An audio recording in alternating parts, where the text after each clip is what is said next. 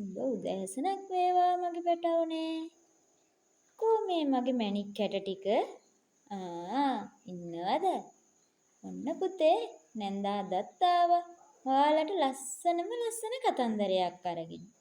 අද කතන්දරේ ඉන්නේ කවුද කියලා දන්නවද? පුංචි මීමැස්සෙක්. මගේ පුංචි පැටව ටික මීමැස්සව දැකලා තියෙනවද? ඔව් එයා තමයි අපිට මීපැණි දෙන්නේ. මගේ පැටව් මීපැණි කාලා තියෙනවද? මීපැණි කියන්නේ හරිම රස දෙයක් නේද? ඔව් පුතේ. ඉතින් මේ මීපැණි හදන පුංචි මීමැස්සෙක් දවසක් මල් පැණි හොයාගෙන පියාඹගෙන ගියා. ඒ යනකොට මෙයා දැක්ක මිදුලක ලස්සනට මල් පිපිලා තියෙනවා.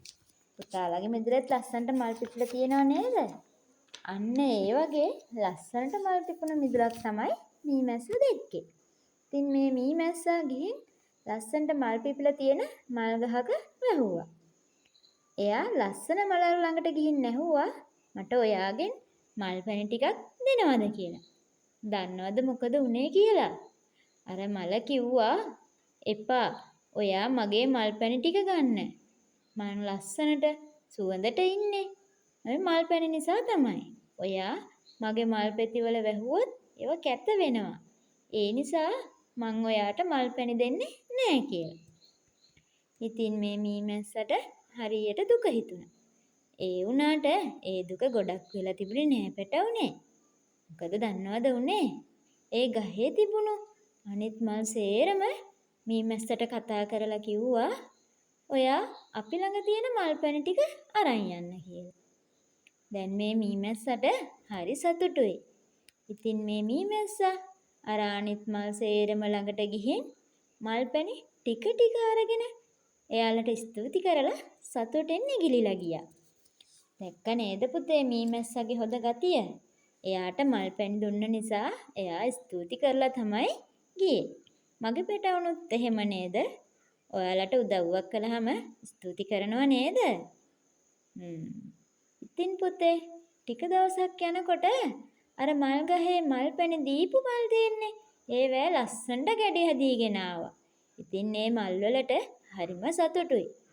ඒත් ඉතින් අර මල් පැණි නොදීපු අහංකාර මල පර වෙලා පෙති එක හැලෙන්න ගත්තා. එයාට ගෙඩි හදන්නත් බැරි වුණා.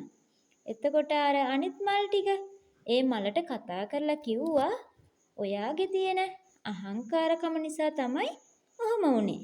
එදා අර මීමැස්සට මල් පැණි දුන්නා නම් ඔයාටත් අපිත් එක්කම ඉන්න තිබුණා කියලා. දැක්ක නේද මගේ පැටවුනේ? අහංකාරකමින් අනුන්ට උදව් නොකරන අයට වෙන දේ. එයාලා හැමදාම තනි වෙනවා. අඩුම එයාලටවත් එයාලගෙන් වැඩක් නැති වෙනවා. නේද පැටවුනේ? මගේ පුතාලා නම් පුළුවන් හැම වෙලාවෙම අනිත් අයට උදව් කරන්න. එතකොට තමයි අර ගෙඩි හැදුණු මල් වගේ ලස්සනට ඉන්න පුළුවන්. එහෙනම් පුතේ මං අදට ගිහින් එන්නම්. පරිස්සමින් ඉන්න. මගේ පැටවුන්ට බුදු සරණයි.